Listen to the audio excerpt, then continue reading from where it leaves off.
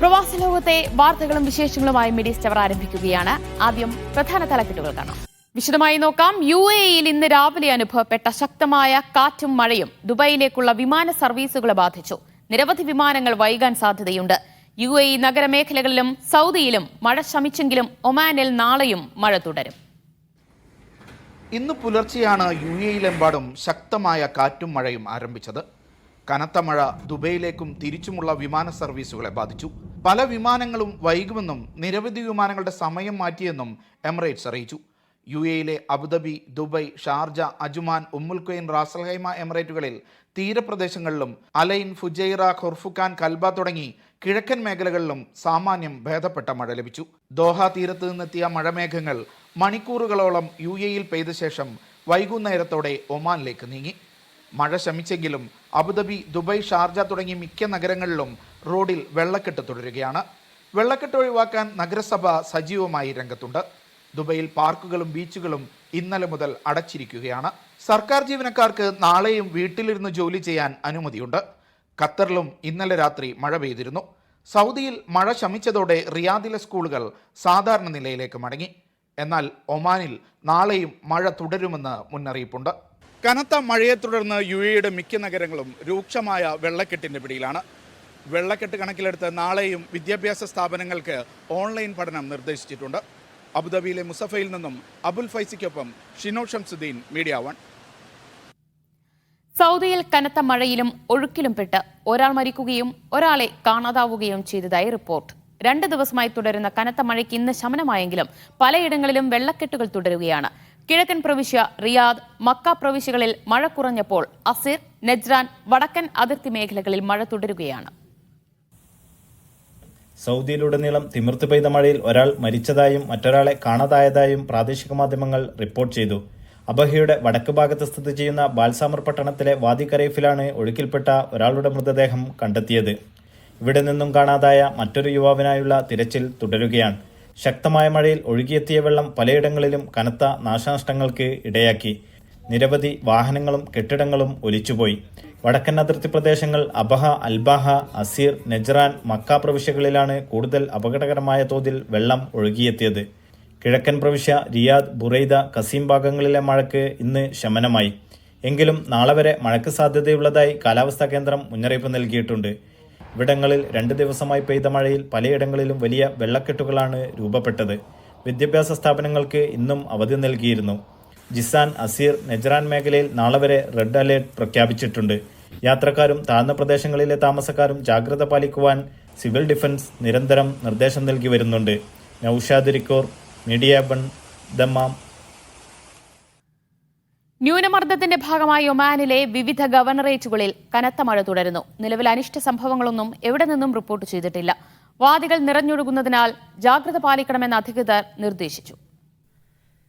കാറ്റിന്റെയും ഇടിയുടെയും അകമ്പടിയോടെയാണ് ഒമാനിലെ ഗവർണറേറ്റുകളിൽ മഴ പെയ്തത്. ഉൾപ്രദേശങ്ങളിൽ റോഡുകളിൽ വെള്ളം കയറി ഗതാഗതം തടസ്സപ്പെട്ടു.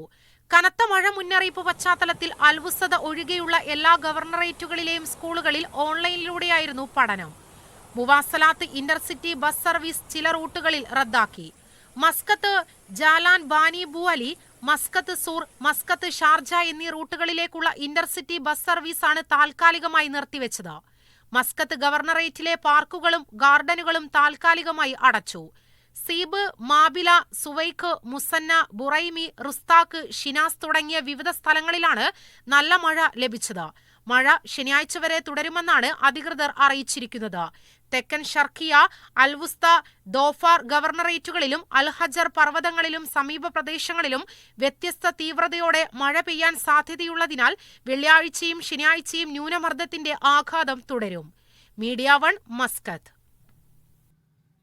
ഖത്തറിൽ ഈ വാരാന്ത്യത്തിൽ മഴയ്ക്ക് സാധ്യതയുള്ളതായി കാലാവസ്ഥാ നിരീക്ഷണ വിഭാഗം. കടൽ പ്രക്ഷുബ്ധമാകും. അതേസമയം ഇന്നലെ രാത്രിയിൽ തലസ്ഥാന നഗരമായ ദോഹ ഉൾപ്പെടെ രാജ്യത്ത് മിക്കയിടങ്ങളിലും മഴ ലഭിച്ചു.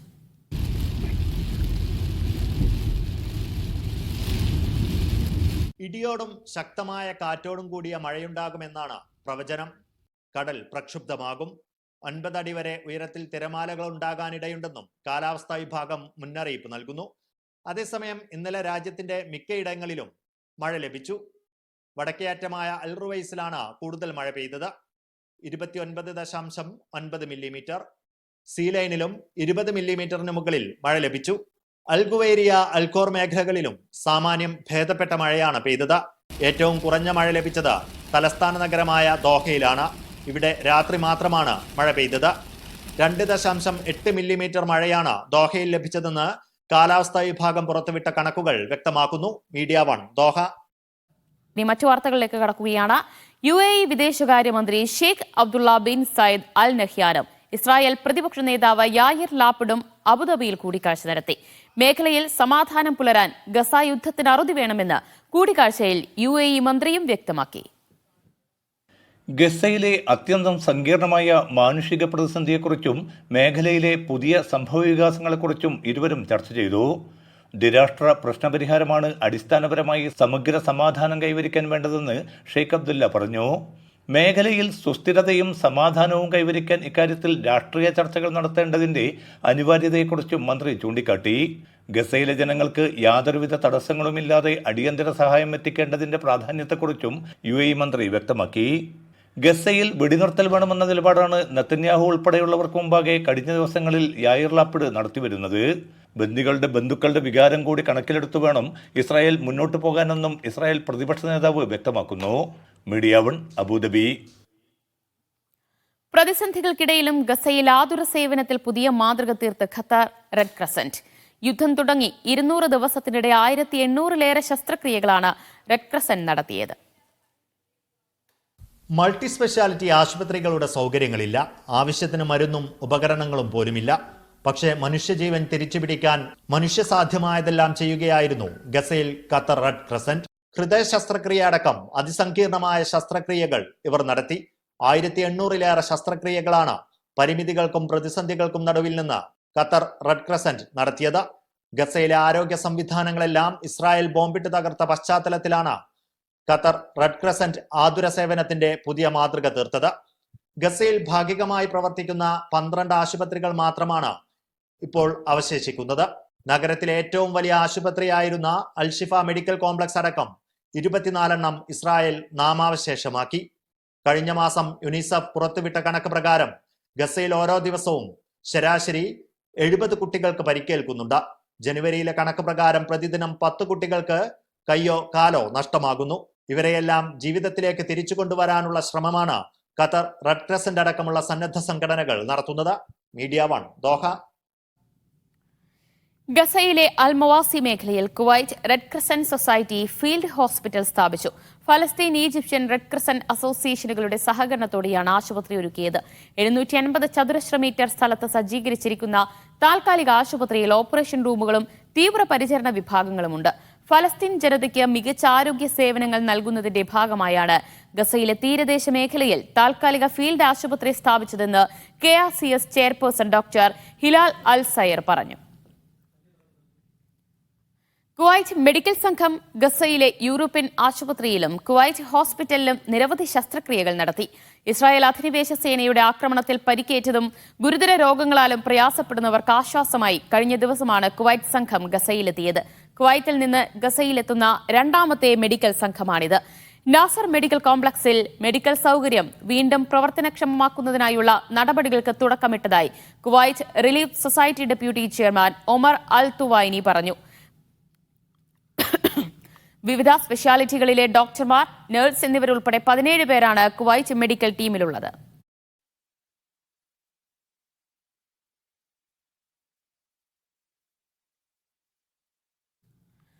കുവൈത്തിൽ മരുന്നിനും ഫാർമസ്യൂട്ടിക്കൽ ഉൽപ്പന്നങ്ങൾക്കും വില നിയന്ത്രണം വരുന്നു. ഔഷധ വില നിർണയ സമിതി മുന്നോട്ടുവച്ച നിർദ്ദേശങ്ങൾക്കായാണ് ആരോഗ്യമന്ത്രി ഡോക്ടർ അഹമ്മദ് അബ്ദുൽ വഹാബ് അൽ അവാദിയാണ് കഴിഞ്ഞ ദിവസം അനുമതി നൽകിയത്. ഇതോടെ 228 മരുന്നുകളുടെ വിലകളിൽ നിയന്ത്രണം ഏർപ്പെടുത്തും. അതോടൊപ്പം 10 ഫാർമസ്യൂട്ടിക്കൽ ഉൽപ്പന്നങ്ങൾക്കും പുതിയ തീരുമാനം ബാധകമാണ്. വില നിയന്ത്രണം നടപ്പാകുന്നതോടെ രാജ്യത്ത് മരുന്നുകൾക്ക് പല വില ഈടാക്കാനാകില്ല. രാജ്യത്തെ മരുന്നുകളുടെയും സപ്ലിമെന്റുകളുടെയും വില കുറയ്ക്കുന്നതിനുള്ള നടപടികൾ തുടരുന്നതിന്റെ ഭാഗമായാണ് പുതിയ തീരുമാനം. വാർത്തയിലേക്ക് വീണ്ടും. കുവൈത്തിൽ കോവിഡ് വാക്സിനുകളിൽ നിന്ന് പാർശ്വഫലങ്ങളൊന്നും കണ്ടെത്തിയില്ലെന്ന് അധികൃതർ. COVID-19 വാക്സിൻ നിരവധി പാർശ്വഫലങ്ങൾക്ക് കാരണമാകുമെന്ന റിപ്പോർട്ടുകൾക്ക് പിന്നാലെയാണ് മന്ത്രാലയം വിശദീകരണം നൽകിയത്. പാൻഡമിക്കിന് ശേഷം രാജ്യത്ത് രക്തം കട്ടപിടിക്കുന്ന കേസുകളോ പ്ലേറ്റ്ലെറ്റുകളുടെ എണ്ണം കുറയുന്ന കേസുകളിലോ വർധനവ് രേഖപ്പെടുത്തിയിട്ടില്ലെന്ന് ആരോഗ്യ മന്ത്രാലയം പറഞ്ഞു. രാജ്യത്ത് വിതരണം ചെയ്ത COVID-19 വാക്സിനുകൾ അന്താരാഷ്ട്ര മെഡിക്കൽ ബോഡികളുടെ അംഗീകാരപ്രകാരമാണ് വിതരണം ചെയ്തത്. വാക്സിനേഷൻ എടുക്കുന്നതിലൂടെ അണുബാധയെ ഒരു പരിധിവരെ പ്രതിരോധിക്കുവാൻ കഴിയും. എന്നാൽ വാക്സിനേഷൻ സ്വീകരിക്കാതിരിക്കുന്നത് സങ്കീർണതകൾ വർദ്ധിപ്പിക്കുമെന്നും അധികൃതർ പറഞ്ഞു.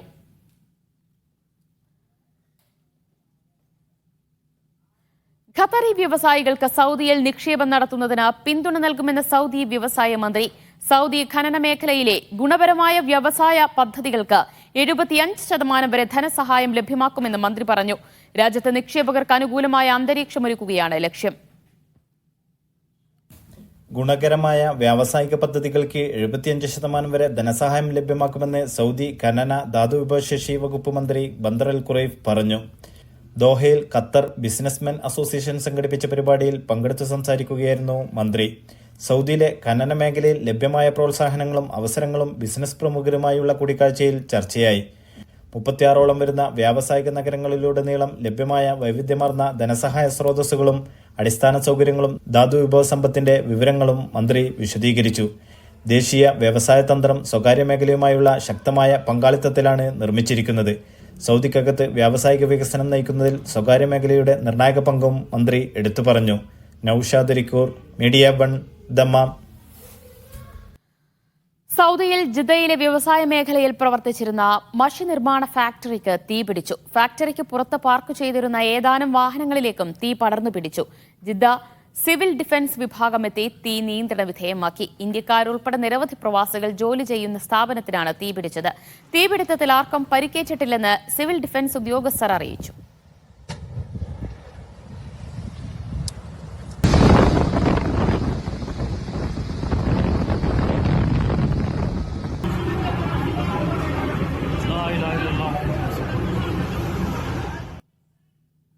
ഖത്തറിൽ ഹാജർ വേതന തട്ടിപ്പ് നടത്തിയ 9 സർക്കാർ ജീവനക്കാർക്കെതിരെ നടപടി. അറസ്റ്റിലായ ഇവർക്കെതിരെ പബ്ലിക് പ്രോസിക്യൂഷൻ അന്വേഷണം ആരംഭിച്ചിട്ടുണ്ട്. ജോലി സമയത്ത് ഓഫീസിൽ നിന്ന് പുറത്തു പോകുകയും എന്നാൽ ജോലിയിലാണെന്നതിന് വ്യാജ തെളിവുകൾ ഉണ്ടാക്കുകയും ചെയ്തതിനാണ് നടപടി. ഓഡിറ്റ് ബ്യൂറോയുമായി ചേർന്ന് ഇവർക്കെതിരെ പബ്ലിക് പ്രോസിക്യൂഷൻ അന്വേഷണം തുടങ്ങി. കേസ് ക്രിമിനൽ കോടതിയിലേക്ക് റഫർ ചെയ്തു. പുറത്തു പോകുന്ന സമയത്ത് പ്രതികളിൽ ഒരാൾ മറ്റുള്ളവരുടെയെല്ലാം തൊഴിൽ കാർഡ് ഉപയോഗിച്ച് ഹാജർ രേഖപ്പെടുത്തിയാണ് ക്രമക്കേട് നടത്തിയത്. തൊഴിൽ ചട്ടങ്ങൾ ലംഘിച്ചതിനും ഹാജർ സമയത്തിൽ ക്രമക്കേട് കാട്ടി അവകാശമില്ലാത്ത വേതനം കൈപ്പറ്റിയതിനുമാണ് ഇവർക്കെതിരെ കേസ്.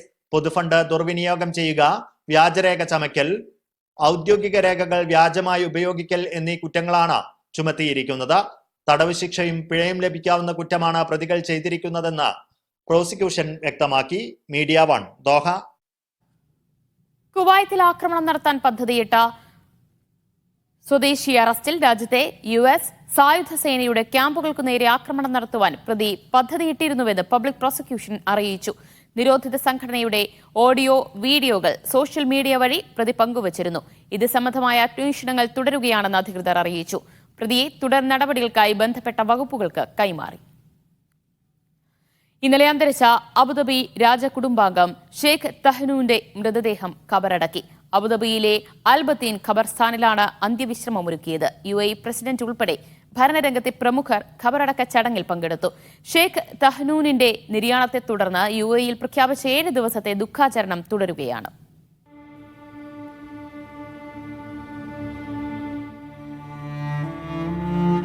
അബുദാബി ഭരണാധികാരിയുടെ അലൈനിലെ പ്രതിനിധിയും അബുദാബി രാജകുടുംബത്തിലെ മുതിർന്ന അംഗവുമായിരുന്നു ഇന്നലെ വിട പറഞ്ഞ Sheikh Tahnoun bin Mohammed al Nahyan.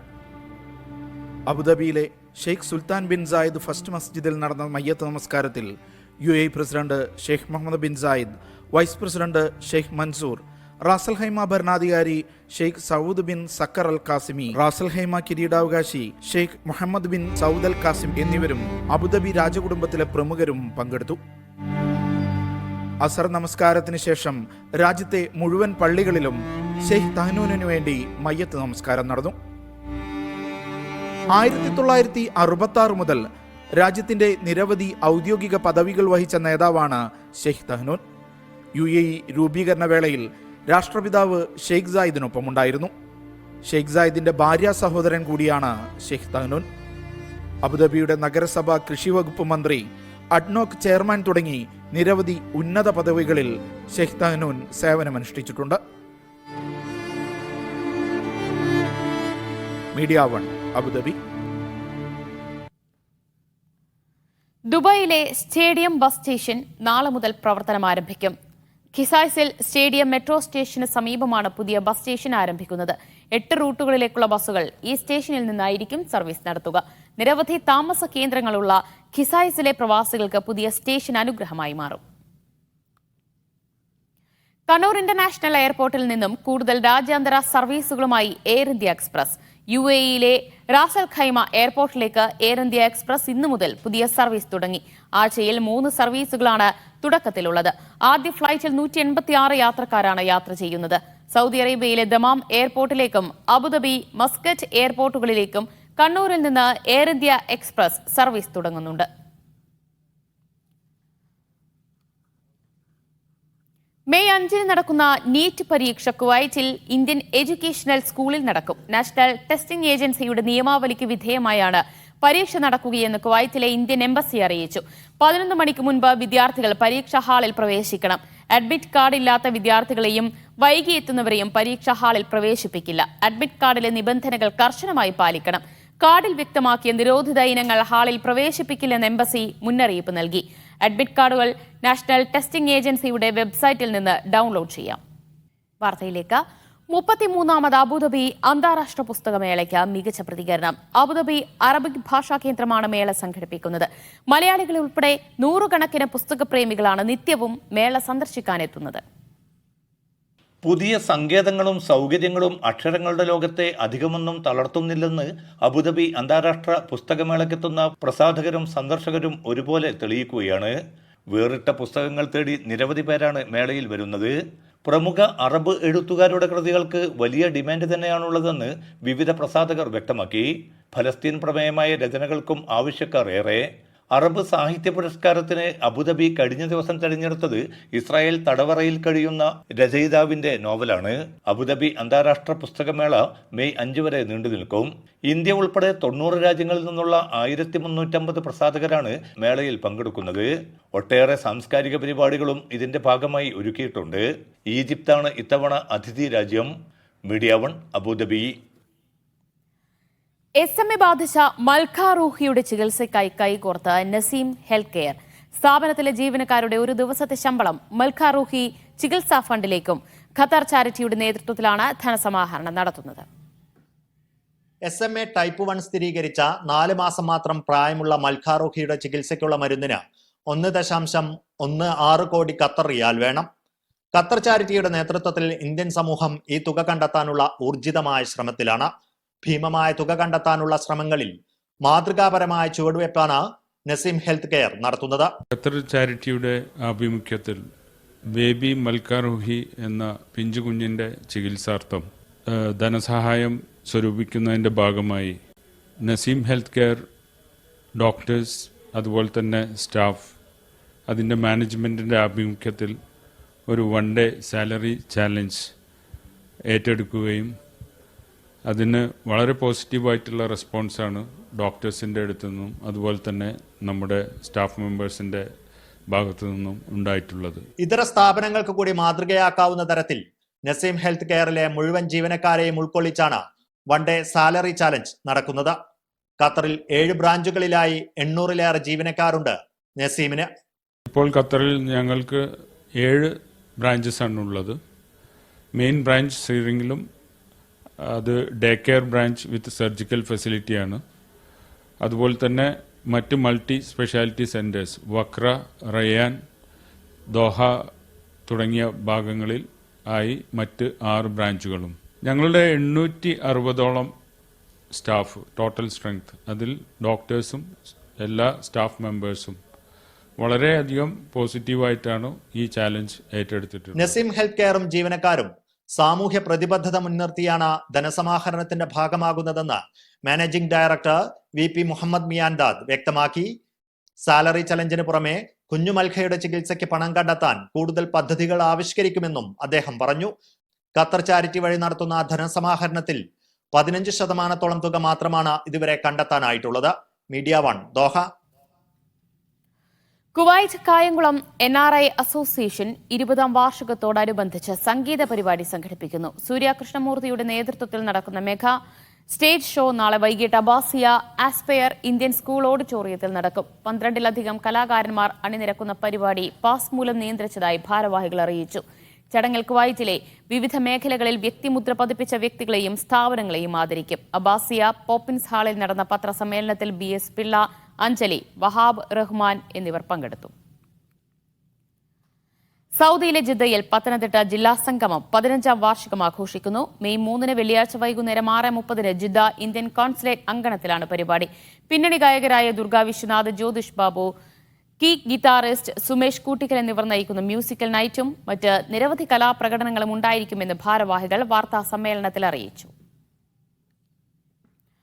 ബഹ്റാനിൽ SKSSFന്റെ ആഭിമുഖ്യത്തിൽ ലോക തൊഴിലാളി ദിനാചരണം സംഘടിപ്പിച്ചു. മനമ സെൻട്രൽ മാർക്കറ്റിലെ ക്ലീനിംഗ് തൊഴിലാളികൾക്ക് ഭക്ഷ്യവിഭവങ്ങൾ വിതരണം ചെയ്ത് നടന്ന പരിപാടി സമസ്ത ബഹ്റൈൻ പ്രസിഡന്റ് സയ്യിദ് ഫക്രുദ്ദീൻ തങ്ങൾ ഉദ്ഘാടനം ചെയ്തു. General secretary Abdul Wahid, SKSSF general secretary Navas Kundara തുടങ്ങിയവർ പങ്കെടുത്തു. മലയാളി യുവാവ് സൗദിയിലെ ദമാമിൽ കുഴഞ്ഞു വീണ് മരിച്ചു. മലപ്പുറം താനൂർ സ്വദേശി സഫീറാണ് മരിച്ചത്. വൈകിട്ട് മഗ്രിബ് നിസ്കാരത്തിനായി പള്ളിയിലേക്ക് പുറപ്പെട്ട സഫീർ വഴിയിൽ കുഴഞ്ഞു വീഴുകയായിരുന്നു. ഉടൻ ആശുപത്രിയിൽ എത്തിച്ചെങ്കിലും മരണം സ്ഥിരീകരിച്ചു. 3 മാസം മുൻപാണ് സഫീർ ദമാമിൽ പുതുതായി ജോലിക്കെത്തിയത്. സ്വീറ്റ്സ് കടയിൽ സെയിൽസ്മാനായി ജോലി ചെയ്തു വരികയായിരുന്നു. മൃതദേഹം നടപടികൾ പൂർത്തിയാക്കി ദമാമിൽ മറവു ചെയ്യുമെന്ന് ബന്ധുക്കൾ അറിയിച്ചു. മലയാളി നഴ്സ് സൗദിയിലെ ദമാമിൽ മരിച്ചു. തിരുവനന്തപുരം ബാലരാമപുരം സ്വദേശി ദീപു ജയകുമാറാണ് മരിച്ചത്. 34 വയസ്സായിരുന്നു. ദീപുവിനെ താമസ സ്ഥലത്ത് മരിച്ച നിലയിൽ കണ്ടെത്തുകയായിരുന്നു. കരൾ സംബന്ധമായ അസുഖത്തെ തുടർന്ന് ചികിത്സയിലായിരുന്നു. സ്വകാര്യ ആശുപത്രിയിൽ നഴ്സായി ജോലി ചെയ്തു വരികയാണ് ദീപു. 3 വർഷമായി ദമാമിൽ ജോലി ചെയ്യുന്ന ദീപു 3 ആഴ്ച മുൻപാണ് അവധിക്ക് നാട്ടിൽ പോയി എത്തിയത്. സാമൂഹ്യ പ്രവർത്തകനും ലോക കേരള സഭാംഗവുമായ നാസ് വക്കത്തിന്റെ നേതൃത്വത്തിൽ നിയമ നടപടികൾ പൂർത്തിയാക്കി മൃതദേഹം നാട്ടിലേക്ക് കൊണ്ടുപോകും. ഹൃദയാഘാതത്തെ തുടർന്ന് തൃശൂർ സ്വദേശി ഒമാനിൽ മരിച്ചു. കൂനമുച്ചി അരിയന്നൂരിൽ താമസിക്കുന്ന മുസ്തഫയാണ് ഒമാനിലെ നിസ്വയിൽ മരിച്ചത്. കുടുംബത്തോടൊപ്പം കഴിയുന്ന മുസ്തഫ വർഷങ്ങളായി നിസ്വ സൂഖിൽ റെസ്റ്റോറന്റ് നടത്തി വരികയായിരുന്നു. നിസ്വ ആശുപത്രി മോർച്ചറിയിൽ സൂക്ഷിച്ചിരിക്കുന്ന മൃതദേഹം തുടർ നടപടികൾ പൂർത്തിയാക്കി നാട്ടിലേക്ക് കൊണ്ടുപോകുമെന്ന് ബന്ധപ്പെട്ടവർ അറിയിച്ചു. മസ്തിഷ്കാഘാതത്തെ തുടർന്ന് ബഹ്റൈനിൽ മലയാളി നിര്യാതനായി. പാലക്കാട് തൃക്കടീരി സ്വദേശി ലതകുമാറാണ് മരിച്ചത്. സൽമാനിയ ആശുപത്രിയിൽ ചികിത്സയിലായിരുന്നു. നടപടിക്രമങ്ങൾ പൂർത്തീകരിച്ച മൃതദേഹം ഗൾഫ് എയർ വിമാനത്തിൽ നാട്ടിലേക്ക് കൊണ്ടുപോയി. സൗദിയിലെ റിയാദിൽ വാഹനാപകടത്തെ തുടർന്ന് തുടർ ചികിത്സയ്ക്ക് നാട്ടിൽ പോകാൻ തയ്യാറായിരുന്ന മലയാളി മരിച്ചു. കൊല്ലം പുനലൂർ സ്വദേശി ജെറി ജോർജാണ് മരിച്ചത്. റമദാൻ 17-ന് എക്സിറ്റ് 18-ലെ ഇസ്താംബുൾ സ്ട്രീറ്റിലെ സിഗ്നലിൽ വെച്ച് ജെറി ഓടിച്ചിരുന്ന വാഹനത്തിന് പുറകിൽ മറ്റൊരു വാഹനമിടിച്ചായിരുന്നു അപകടം. സിവിൽ ഡിഫൻസ് വിഭാഗം വാഹനം പൊളിച്ചാണ് ജെറിയെ പുറത്തെടുത്തത്. ഇരുകാലുകൾക്കും ഗുരുതരമായി പരിക്കേറ്റ ജെറി കഴിഞ്ഞ 1 മാസത്തോളമായി അൽ ഇമാൻ ആശുപത്രിയിൽ ചികിത്സയിലായിരുന്നു. റിയാദ് ബദ്ഹയിലെ RMR കാർഗോ കമ്പനിയിൽ 6 വർഷമായി ജോലി ചെയ്തു വരികയായിരുന്നു. മൃതദേഹം നാട്ടിലെത്തിക്കുന്ന പ്രവർത്തനങ്ങൾക്ക് കേളി കലാസാംസ്കാരിക വേദി ജീവകാരുണ്യ വിഭാഗം നേതൃത്വം നൽകി. നാട്ടിലെത്തിച്ച മൃതദേഹം ബന്ധുക്കളെ ഏറ്റുവാങ്ങി സംസ്കരിച്ചു. പ്രധാന ഗൾഫ് നഗരങ്ങളിലെ കാലാവസ്ഥ നോക്കാം. കുവൈറ്റ് കുറഞ്ഞ താപനില 22 ഡിഗ്രി സെൽഷ്യസ്, കൂടിയ താപനില 31 ഡിഗ്രി സെൽഷ്യസ്.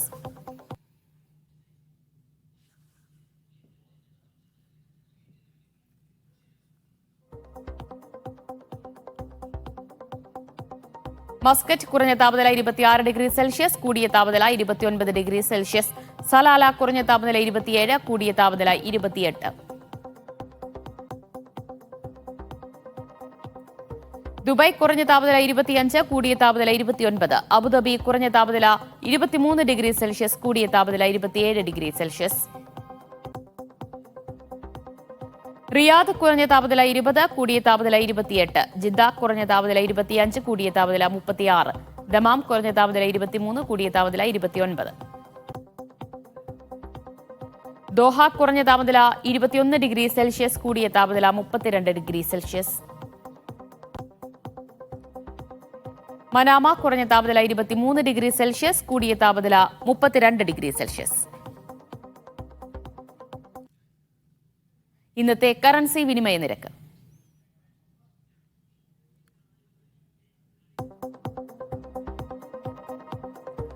സൗദി റിയാൽ 22 രൂപ 23 പൈസ, UAE ദിർഹം 22 രൂപ 70 പൈസ, ഖത്തർ റിയാൽ 22 രൂപ 89 പൈസ, ഒമാൻ റിയാൽ 216 രൂപ 56 പൈസ, കുവൈറ്റ് ദിനാർ 270 രൂപ 92 പൈസ, ബഹ്റൈൻ ദിനാർ 221 രൂപ 14 പൈസ.